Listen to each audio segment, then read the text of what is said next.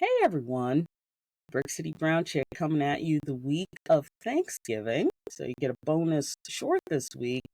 And this is a story around Thanksgiving from my childhood. The Judds have a song that's called Grandpa, Tell Me About the Good Old Days. This is a story from my good old days, from when I was 9 or 10 or 11, somewhere in there. Thanksgiving has always been the big holiday in my family. And by big holiday, I mean the holiday where everybody gets together. Christmas for us has always been super personal.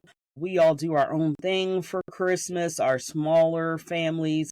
But Thanksgiving is when we all get together to fellowship and celebrate and watch football, but most importantly, to eat and to give thanks to God for all that we have. As a kid, I loved Thanksgiving.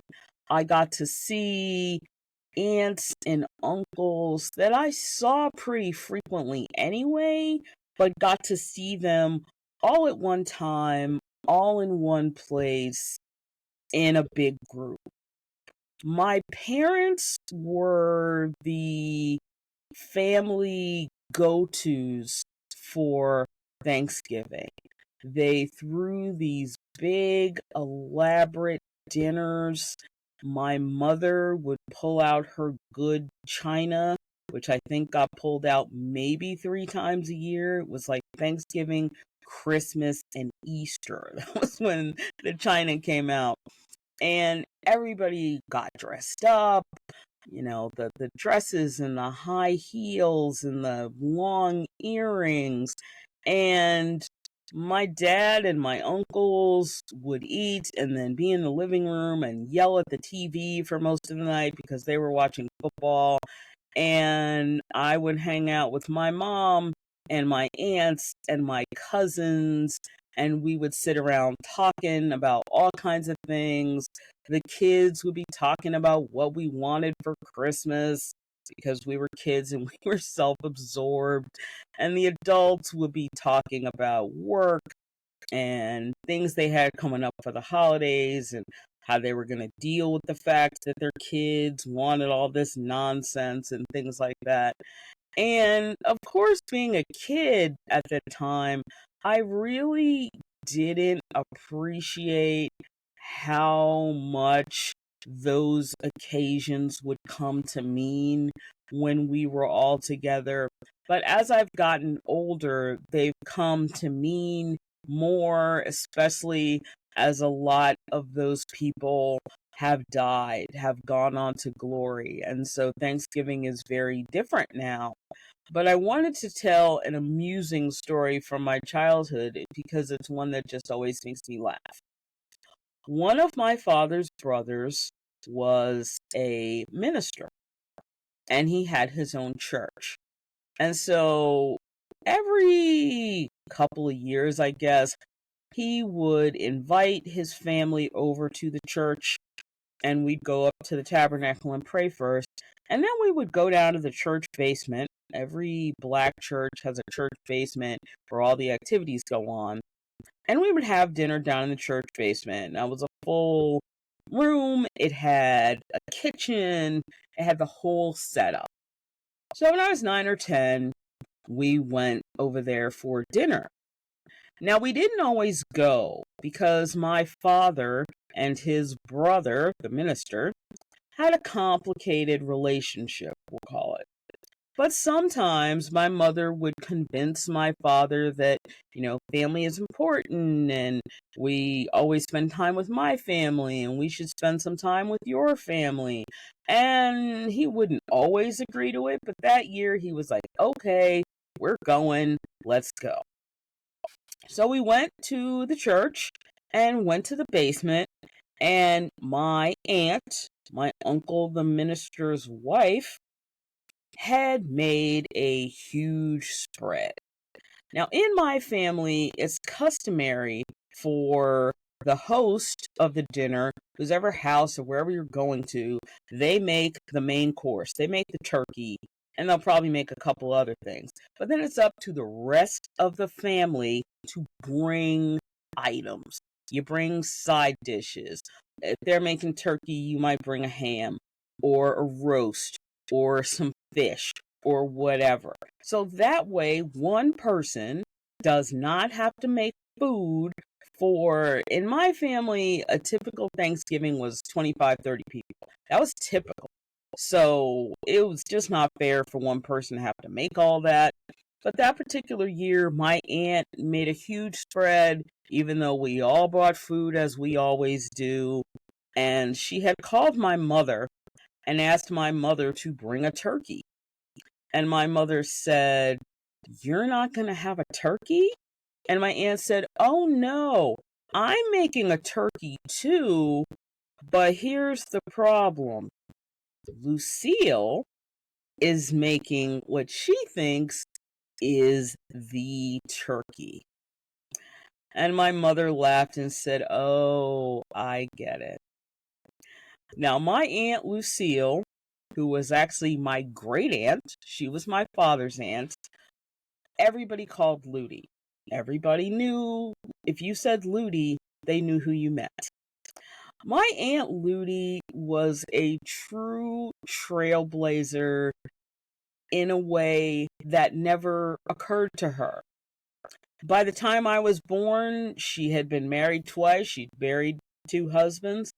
And she was now a woman living alone in a house that she had bought on her own and spent the last, I guess, 30 years of her life or so by herself, working, having her own car, being independent, and doing what she wanted to do, which in the 1960s, 70s, 80s was pretty radical, was pretty unheard of. So our parents, my cousin's parents, and my parents always took us to Aunt Ludy's house when they were planning things for the kids and they didn't want the kids to be around. But I realized as an adult that they encouraged us to spend time with her because they wanted us to see the possibilities of what our life could be like, especially their daughters. On my father's side of the family, there are mostly girls. So we're within like a 5 to 7 year age range of each other. So we spent a lot of time together as kids, and we spent a lot of time at Aunt Ludy's house, which we always thought was fun because she was just a fun person. There was just one little problem. Aunt Ludy could not cook at all. What made the problem worse was she loved to cook, and she thought she was a great cook. So, inevitably, at family functions, she would make food that would leave everybody just sort of confused and a little terrified about eating it because more than once people got food poisoning from eating her food. But this particular year, she decided that she was making the turkey. So my mother and my aunt got together to make backup turkeys, which actually turned out to be the turkeys that got served. Because when my Aunt Ludy arrived at the church, she came in. Now, at this point, she was a woman probably in her early 70s. And she said, "I'm going to need a couple of strong young men to help me with this turkey because I can't get it out of the car." Which made most of us think, how in the world did she get it into the car?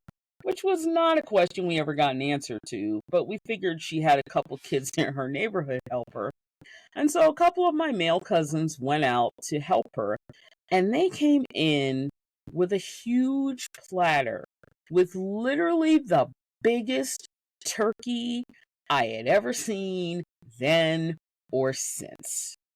And it was covered in tin foil, but you knew what it was. And so they dragged it into the kitchen where my mother and my aunt uncovered it and just stared at it. And I walked in and walked over to the stove, and joined them in staring at it. First of all, the turkey was white. I mean, white as a ghost. Like, you could have just bought it from the store white. And then my aunt started poking at it and realized that the turkey was still mostly frozen.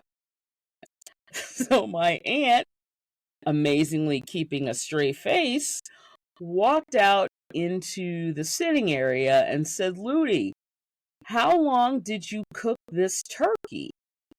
And she said, "Oh, don't worry about it. I cooked it for 4 hours. It's good to go." And then my aunt said, "Ludy, how big is this turkey? How much does it weigh?" Because turkeys are sold by weight. And my aunt said, "I don't really remember. It's somewhere between like 38 and 42 pounds. And we're all just like, "What? Like, where did you get a turkey this big?" And my aunt, still holding it together, says, "Ludy, where did you get this turkey?" And my aunt, without missing a beat, says, "A turkey farm. I drove to upstate New York to a turkey farm to get a fresh turkey. I picked out the turkey I wanted. They killed it, plucked it, cleaned it up for me, and that's the turkey." My mother was in hysterics in the kitchen. And I'm just looking at her like, "Should we be eating this?" And she's like, "No, absolutely not. Don't touch it. You'll get salmonella. Just don't do it." So, as my aunt walked back into the kitchen, shaking her head and just giggling, she decided to look inside the turkey in the cavity area, which, if you buy a frozen turkey, what's in the cavity of the turkey are the giblets. And they put them in a little bag, and you can pull it out all together and either toss it in the trash, or like a lot of people do, you use it as the base for a gravy for the turkey. My aunt looked in the cavity of the turkey and took a spoon and started pouring out some green. It wasn't even liquid. It sort of almost had the consistency of Jello. And now the three of us are totally horrified because we have no idea what we're looking at.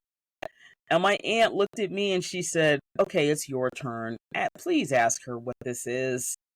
And I was like, I don't know if I can hold it together, but okay. So I went into the other room and said, "Aunt Ludy, did you stuff the turkey?" And she says, "Of course I stuffed the turkey," very proud of herself. And I said, "It's green. What did you stuff the turkey with?" And she says, without missing a beat, "Avocado. It's like guacamole. I wanted something different. It's going to add to the flavor." I nodded, laughed my head off as I walked back into the kitchen, and horrified my mother and my aunt when she said guacamole. And they were just like, so the three of us finally decided that, okay, at least A, the guacamole was cooked, and B, it wasn't the bird oozing some weird thing. She really had stuffed it with something green, so it was okay. My aunt took that humongous turkey that barely fit in the oven, put it back in the oven because it would need another 9-10 hours before it was cooked. So we all knew there was no way we would be eating that turkey for dinner. But my mother and my aunt simply carved up their turkeys and served them and convinced my aunt that this was her turkey and how good it was and how she did a great job. And I spent the rest of the afternoon just trying not to laugh my head off at the entire situation. But that was not unusual for my Aunt Ludy. She would look up recipes and then make adjustments and cook these concoctions that would just blow everybody away, but not in the way she thought. As I got older, I realized that it was probably a good thing that we all pretended her cooking was good and that we spared her feelings, because it really wouldn't have helped the situation had we told her that her food was horrible and that she should stop cooking. That's not a nice thing to say to, at that point, the sister of his father who had lived the longest. So she was the matriarch, she was the oldest, and so it was better that we spared her feelings. But it was seriously one of the funniest incidents from Thanksgiving that I remember. So this year, as your relatives arrive with their strange food concoctions that you just want to directly throw in the trash, please don't do that. Please just put them to the side. If they take them back home with them, fine. If they don't, then you can throw them in the trash. But with your older relatives, especially, just humor them and just go with it, because you'll have funny stories about it for years to come. I hope everybody has a really great Thanksgiving this week, and I will talk to you all soon. Bye bye.